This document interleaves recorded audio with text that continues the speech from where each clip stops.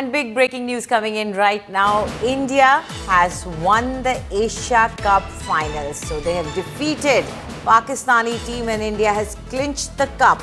This match was happening, this final of India versus Pakistan was happening after many decades in India.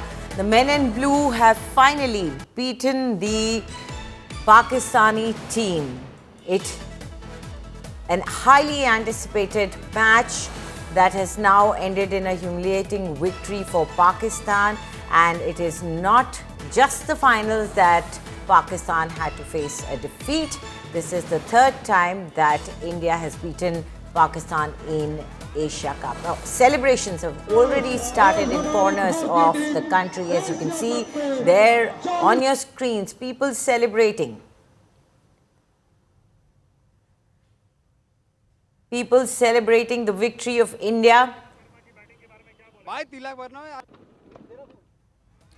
And joining us now is Nikhil Nas from Dubai. Nikhil, over to you. Thanks a lot. We are coming to you live from Dubai. And even as I speak, firecrackers are going up in the air, celebrating India's victory in the Asia Cup. Remember, this is India's 9th title at the Asia Cup. They are by far the most successful team of the tournament. And the cherry on top is the fact that they've beaten Pakistan in the final. Not once, in fact, in this tournament. 3 times they've beaten Pakistan.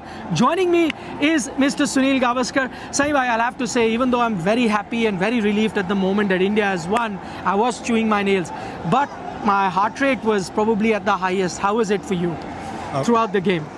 It was at its peak. It looked like, the heart was going to burst any time, because what we saw in the first 3, dismissals was hard to understand, hard to comprehend. Because it was not a big target. We were not chasing 190, 200, where you needed to look to score off just about every delivery. What you needed was really to get a nice solid start, not necessarily a 60 or a 50 in the first 6 overs, but you needed maybe even a 35-40, even a 35 for 1. That's what you needed. You didn't need 20 for 3, because that is what opened the door for Pakistan. That is what got everybody nervous. And I think, again, over here, if the bowling's been very good and the bowler has got you out, then it's another matter.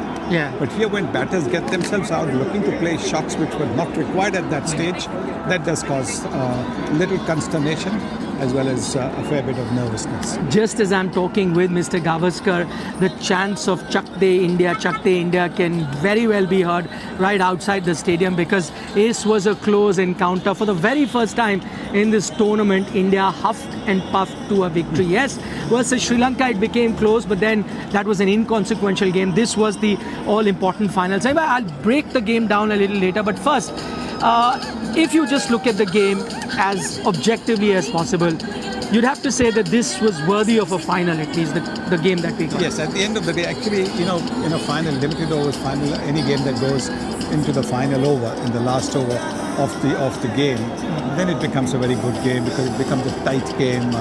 But look, hey, who wants a tight game? You just want to win, which is comfortable, as far as India is concerned. Always want to win, which is comfortable, everybody is relaxed, chilling.